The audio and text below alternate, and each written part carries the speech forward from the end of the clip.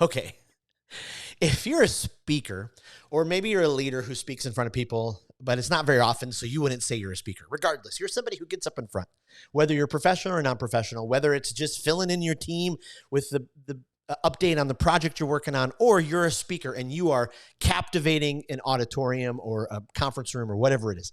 How do you deal with distractions when they happen in your speaking? How do you deal with the distractions? Distractions are going to come at you in all different shapes and sizes. Now, before I get into distractions, there's kind of two philosophies of speaker. One is the speaker who doesn't want any movement, any speaking, anything other than themselves, right? They don't want the audience to participate. They don't want the audience to talk back. They don't even want the audience to laugh. They want pure attention focused on them. I'm not saying that's a bad thing. I'm just saying there's another philosophy. And that philosophy is to have kind of a mutual conversation. This is what I call speaking with people. So we're kind of going back and forth. It's not total anarchy in the seats, but when they laugh, as a speaker, I give them time to laugh so they can recover with everybody else. They can experience what's happening together. So here's the reality. How do you deal with distractions in your speaking? A couple weeks ago, getting ready to do an assembly, the principal just introduces me. I'm about to walk up in front of 600 middle school students. Now, if you're a professional speaker and you've ever wondered how good you are, if you can really captivate the attention of a crowd like that, and you've never spoken in front of middle school students, yeah, go speak in front of middle school students. We'll see how quick you are, how good you are, because you got to really be on your game if you're going to captivate. So I'm walking up. I'm getting ready to put my microphone in my face because I got to dive into the opening story quick. Listen, I'm not walking up. You probably looking at me. You noticed I don't look like Ryan Reynolds. I don't have a skateboard. I'm not about to do some cool trick, some magic trick. I'm not about to juggle knives, which I have juggled knives in the past. It was awesome, except that one time where I caught one, blood's rolling down everywhere. Girl in the front row passes out. Won't do that again. That was a distraction, but I caused that one. I'm talking about the distractions that you don't cause, but how do you deal with them? So I'm walking up. I'm getting ready to go into my story because the story is the only thing that I have to captivate, to grab their attention.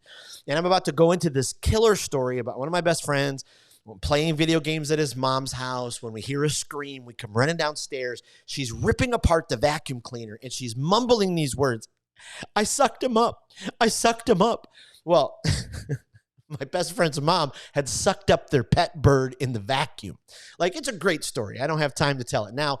I think I'll tell it another time. So come back and watch the feed for more. But it's a great story, and it tied in perfectly with where my talk, Words Matter, was going. But just as I was about to get into it, in my right hand peripheral vision, I noticed in the front row a sixth grade boy who has just put his right foot right behind his head.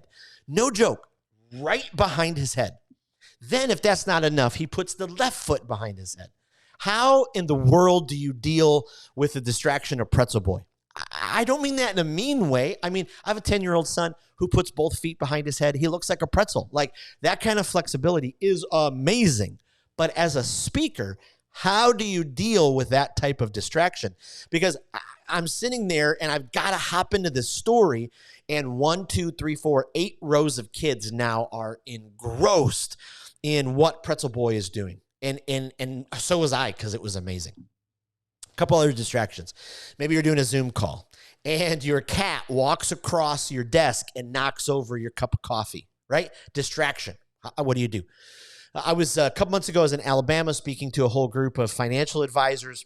We're in this, it's just gorgeous. Gulf Shores, Alabama. You see the Gulf outside the windows. Thank goodness the windows were behind us, and so they couldn't just stare at the Gulf.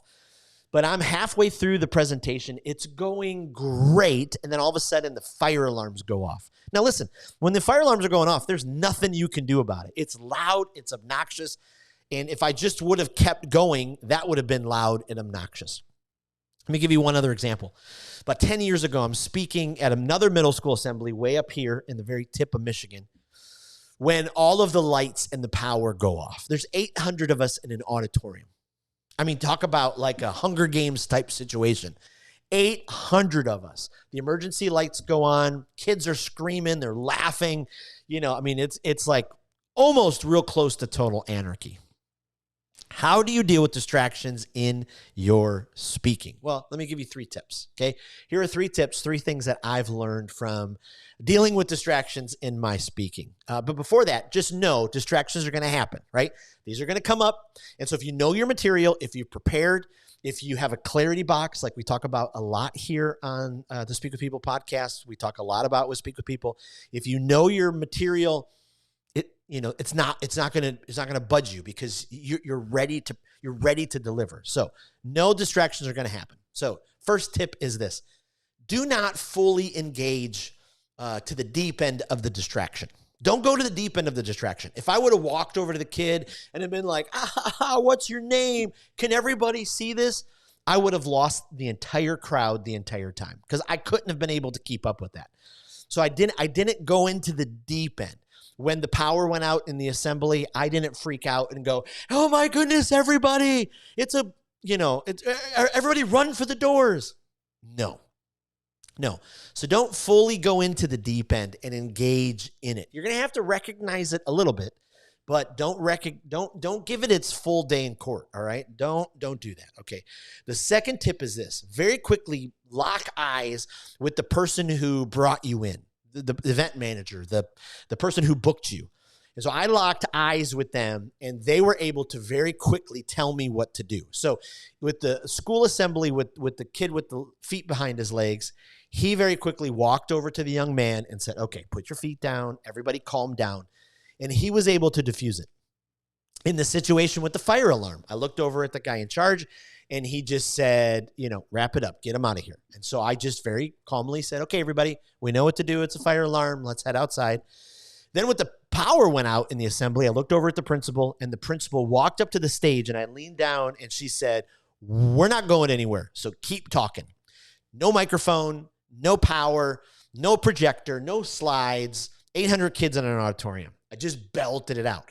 But the second tip was I found the person in charge, and they gave me the direction. The third tip is, and I think this is the most creative, and you've got to lock it into your brain. You've got to use what happened because it's all a story, right? The whole time you're together is a story. And so at the very end of your presentation, before you sign off, before you thank them, before you walk off the stage, bring back up the moment that happened because you're going to close a story loop. You all experienced that story together. Now bring the experience back, and it's going to be like this moment where the story loop closed and everybody goes, oh, that's right. And so I did at the very end of the assembly, I talked about, wouldn't it be amazing if all of us could put our feet behind our leg? I was able to pull that in. The same thing happened with the fire alarm because I was challenging those financial advisors to pursue healthy communication.